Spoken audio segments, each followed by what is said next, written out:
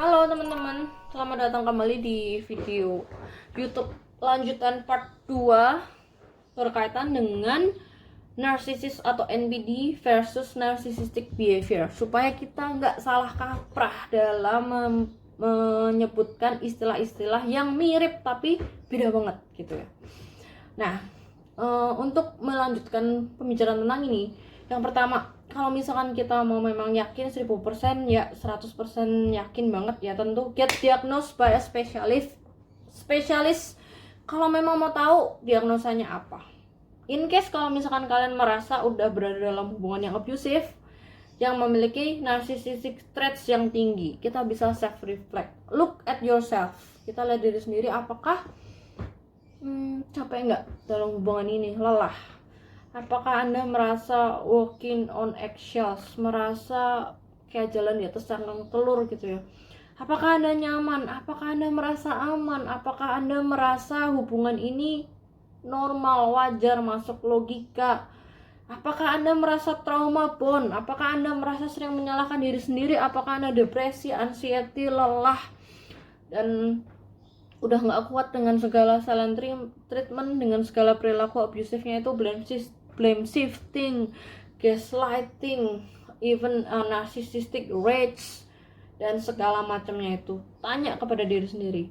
Karena kalau memang mau pasti, jelas diagnosa resmi, tapi apakah kita harus menyeret orang yang orang itu untuk diagnosa atau apapun hasilnya? Kalau misalkan kalian bisa menjawab pertanyaan-pertanyaan tadi, apakah kalian merasa cinta atau trauma bond seperti itu? Not care about the result. Ya, apapun jika diperlakukan abusive, pasti sahabat atau teman terdekat, orang tua atau siapapun yang mengasihi Anda, ketika Anda punya pacar yang abusive, Anda akan disarankan untuk recovery. Bahkan tanpa menonton video YouTube ini, tanpa menonton satupun video YouTube tentang NPD, teman, sahabat, orang terkasih pasti akan menyarankan untuk recovery. Bagaimana mungkin kita melihat orang yang kita sayang, kita kasihi dengan kondisi depresi, financially damaged, kemudian bahkan tidak bisa melakukan aktivitas sehari-hari, kemudian sampai ibaratnya merasa tidak berguna, nggak punya harga diri, dan apakah kita tega untuk menyarankan orang itu untuk terus bertahan dalam hubungan yang abusive? Nah, tentu akan susah untuk memberikan jawaban yang paling tepat kalau kita berpikir dari sudut pandang kebalikannya. Sekarang coba kita berempati bersama-sama. Kalau kita punya orang terkasih, misalnya anak, keluarga, atau sahabat, dimana kita tahu dia kodependensi, terkena PTSD, anxiety, depresi, hancur, mentally hancur, no self esteem, bahkan aktivitas normal pun terganggu. Ya, itu sangat nightmares ya. Kayak dulu saya pernah ngalamin sih, cuman untung nggak severe ya PTSD-nya. Jadi bener-bener nightmares banget, terus anxiety, depressed, dan kayak bener-bener nggak punya self esteem, gara-gara bener-bener kayak apapun yang kita lakuin untuk seorang yang dimana spektrum NPD-nya sangat tinggi gitu ya, itu tidak akan pernah bisa membuat mereka merasa gratitude gitu ya, kayak kita merasa nggak dihargai. Akibatnya apa? Self esteem supply ini tergerus gitu ya. Nah, sekarang kalau misalkan kita sebagai orang terkasih, bukan kita yang ngalamin, kemudian kita melihat orang yang kita sayangin mengalami seperti itu, apakah kita akan menyarankan supaya orang ini terus pacaran sama orang ini seperti itu? Ya, jadi tanpa menonton video ini pun atau tanpa edukasi apapun, pasti kita juga udah bisa menggunakan logika sederhana kita. Tanpa diagnosa apapun, kita sudah bisa memberikan pendapat. Nah, ditambah diagnosa, nggak pakai diagnosa apapun, ditambah lagi trauma bond yang begitu kuat, sulit untuk membuka mata seseorang. Saya pun bolak-balik, bahkan ya ibarat kayak udah kayak keset aja, bener-bener ya mata itu dilanda kabut gitu ya. Trauma bond seperti itu. banyak banget di luar negeri ya video tentang edukasi breaking the trauma bond yang di sharing di YouTube juga banyak banget tentang bagaimana healing dari NBD, recovery segala macam by SG Tudor. SG Tudor adalah seorang narsisis atau NPD yang membantu dalam perjalanan healing saya, dimana saya sangat bisa dibilang thank you banget ya sama seorang SG Tudor ini, dimana dia sharing banyak banget tentang narsisis dari sudut pandang dia sebagai NPD. Itu memang menarik banget dan memang holy grail untuk lepas dari seorang NPD ketika kita masih dalam tahap pacaran. Dia bilang no contact seperti itu. Kemudian Melanie Tony Evans, Kim Sayed, atau siapapun dah, banyak banget mentor mental health ternama, pasti akan ada kata-kata penyemangat yang tegas bahwa menceritakan bahwa si disorder ini termasuk langka, severe, berbeda, dan juga menyarankan untuk kita step up, gimana kita back to self love, back to self healing itu. Ya gimana kalau kita memberitahu seorang yang kena efek trauma bond tapi lembek gitu ya. Trauma bond ini aja udah kuat banget, tapi gimana kita memotivasi orang untuk menumbuhkan logik kembali kalau kita dengan lembek? Justru apalagi justru menyarankan ya udah bertahan aja, lu ancur juga nggak apa-apa, lu jadi keset nggak apa-apa, diselingkuhin berbagai suplai nggak apa-apa. Tentu nggak mungkin kalau kita menyarankan kepada orang terkasih atau orang terdekat untuk bertahan dalam hubungan atau pacaran yang abusive seperti itu. Dan tentu apakah SG Tudor atau Melanie Tony Evans atau Jackson McKenzie atau Kim Sayed memprovokasi Anda untuk meninggalkan pasangan Anda yang memang match 90% sampai 100% NPD? Apakah mereka memprovokasi Anda untuk meninggalkan? Ya, kalau misalkan memang perlu datang ke tenaga profesional jika memungkinkan untuk membantu atau diagnos atau menyembuhkan PTSD atau trauma pun Anda, silahkan, karena hanya diagnosa resmi yang memang bisa mendiagnosa. Cuman tantangan yang lebih susah adalah gimana cara kita menyadarkan seorang NPD untuk mau didiagnosa. Tentu pilihan ada di masing-masing setiap orang, juga tergantung kondisi setiap orang masing-masing. Nah, tapi kalau misalkan kita sharing tentang Holy Grail, tentang piala kebebasan untuk lepas dari trauma bond, secara sederhana no contact ya. Apalagi yang masih dalam tahap pacaran. Seorang NPD itu, NPD nih ya, bener-bener NPD, the narcissist gitu ya, memiliki banyak supply biasanya. Sehingga seorang supply yang meninggalkan NPD, apakah terus wah kasihan meninggalkan NPD ini sendirian? Waduh, ini kebalik ya. Justru korbanlah yang berada pada masa fase sendirian. Sedangkan NPD itu supply-nya yang banyak, dia lagi fase love bombing gitu loh. Jadi fenomena dan teoritis dari NPD yang perlu kita pahami, sehingga dari sudut pandang satunya kita bisa memang selalu kasihan dengan seorang NPD ya yang ditinggalin gitu. Tapi untuk kalimat ini sangat berbahaya karena jangan kebalik-balik, justru korbanlah yang kasihan. Nih, ada kasus, contoh perbandingan kasus sebagai contoh, kasus Reinhard Sinaga yang di Inggris. Nah, apakah kita kasihan dengan pelaku atau kita kasihan dengan korban? Reinhard Sinaga merupakan predator seksual yang di Inggris dan sudah terbukti bersalah ya gitu. Jika memang benar pendapat psikologis dan para ahli ini dia memiliki gangguan mental tertentu, ya tentu kasihan. Dia tidak meminta untuk memiliki gangguan mental tersebut. Reinhard Sinaga kasihan nggak? Tentu kasihan, karena siapa sih orang yang pengen punya gangguan mental tersebut. Namun apakah kita bisa juga rela? Apakah nggak kasihan kalau korbannya memang jika orang-orang terkasih? Jadi kita memang kasihan dengan orang sosiopat, psikopat, NPD. Cuman kita tidak bisa pungkiri bahwa yang seharusnya lebih dikasihani juga dari korban yang memang jumlahnya banyak, masif, dan benar-benar mental health gitu ya yang diserang. Contoh kasus kedua, kasus Chris Watts. di Amerika yang mungkin sempat booming belum terlalu lama lah. Seorang pria yang membunuh istri dan kedua anaknya. NBD, diagnos NBD ya.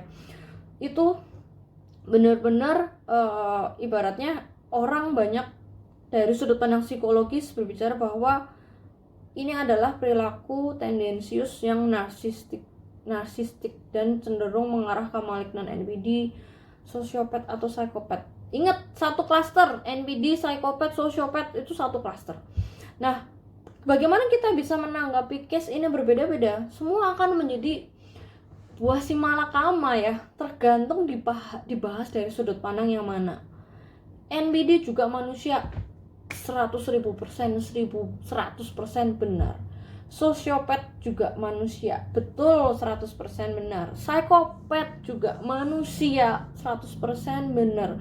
Pemenuh beruntun juga manusia, tentu saja, dan sebagainya, semua juga manusia. Artinya konten ini sifatnya edukatif dan bertujuan secara positif untuk melindungi orang-orang terkasih di mana minim pengetahuan tentang NBD. Sumber berdasarkan DSM-4 dan DSM-5 atau artikel atau buku dari American Psychiatric Association, itu silahkan bisa di Google juga dimanapun informasinya, dan bahkan juga mentor-mentor NBD di luar negeri udah banyak sharing, dimana itu tentu bukan saya yang bikin gitu ya. Kemudian sedikit sharing story ya. This is from my deep heart.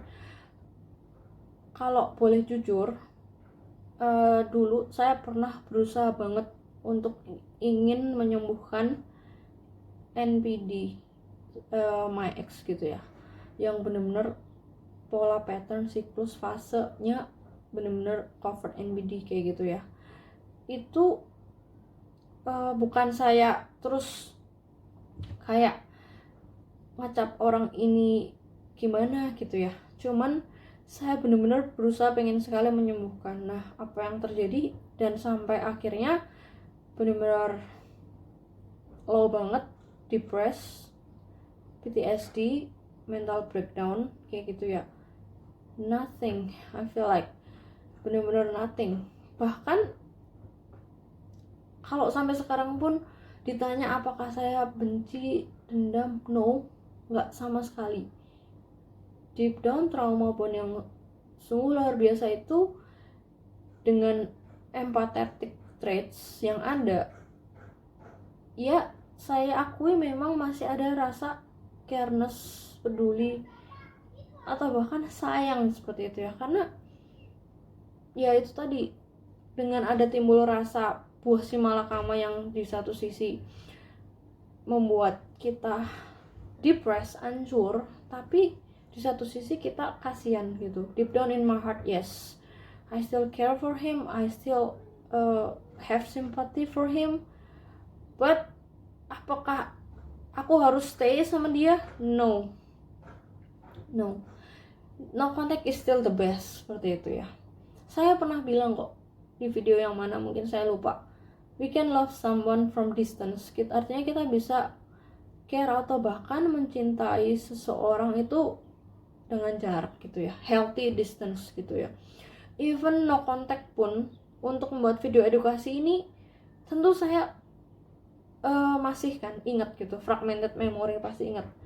Kalau misalkan mau disebut feel, mungkin juga bisa feel buat dia, karena mungkin saya ngomongin tentang dia kan. Ibaratnya I explore and then I come up untuk sharing this knowledge gitu. Semoga bisa menjadi fragmented memory, dan semoga walaupun saya fueling gitu ya, tapi semoga ini bisa bermanfaat gitu untuk orang-orang yang memang membutuhkan, dimana ketika banyak yang sharing sama saya dan ibaratnya kena PTSD, breakdown, sampai hancur banget. Belum lama lah, seminggu ini kayak ada 3 gitu ya yang sampai PTSD, sampai bener-bener gak ngerti lagi dengan trauma pun yang begitu kuat ini. At least it helps sedikit banyak menjadi small step, big step, atau langkah-langkah kecil untuk orang bisa lumayan memahami gitu ya. Back to backnya, kalau misalkan mau diagnos resmi tentu saya sangat menyarankan let's just go to psychiatrist professional, itu sangat bagus sekali seperti itu. Jadi supaya kita tidak salah gitu, dengan dibantu tenaga profesional itu akan bisa menjadi lebih clear. Cuman tantangannya apakah bisa, ataukah apakah mau, atau bisa yang kamap tidak peduli seperti itu sama sekali. Dan memang akan sangat wasting time kalau kita memang menunggu momen-momen untuk seorang, kalau memang NBD real disorder, untuk mau self reflect dibantu dengan tenaga ahli. Kemudian apa yang kita bisa lakukan gitu ya untuk seorang NBD gitu secara positif? Mungkin belajar untuk stop the abusive pattern, pola abusifnya lebih dikurangi. Nomor 1 juga membuka diri untuk mau berubah menjadi lebih baik. Ya memang penuh tantangan gitu, tapi ketika mau help, bertemu psikiatris untuk mengurangi spektrum, membangun self esteem, belajar kognitif empati, berhenti untuk berperilaku abusif, at least kita nggak expect untuk dia bisa lovable, ulas asih, toleransi, lapang dada, dan segala macam traits yang mungkin memang belum nyampe ke situ ya. Cuman ketika bisa berhenti untuk berperilaku abusif dan mengurangi egonya, itu udah sangat bagus dan udah benar-benar sangat prestasi gitu ya. Saya sendiri memang sangat salut dengan beberapa narsisis ya, kayak Sam Vaknin, SG Tudor, yang memang mengakui bahwa mereka NBD dan dibantu oleh seorang psikiatris untuk to be better, untuk jadi lebih bagus, untuk menjadi mengurangi spektrum gitu ya. Mereka menjadi orang-orang yang lebih baik dan bahkan menghasilkan karya-karya yang luar biasa.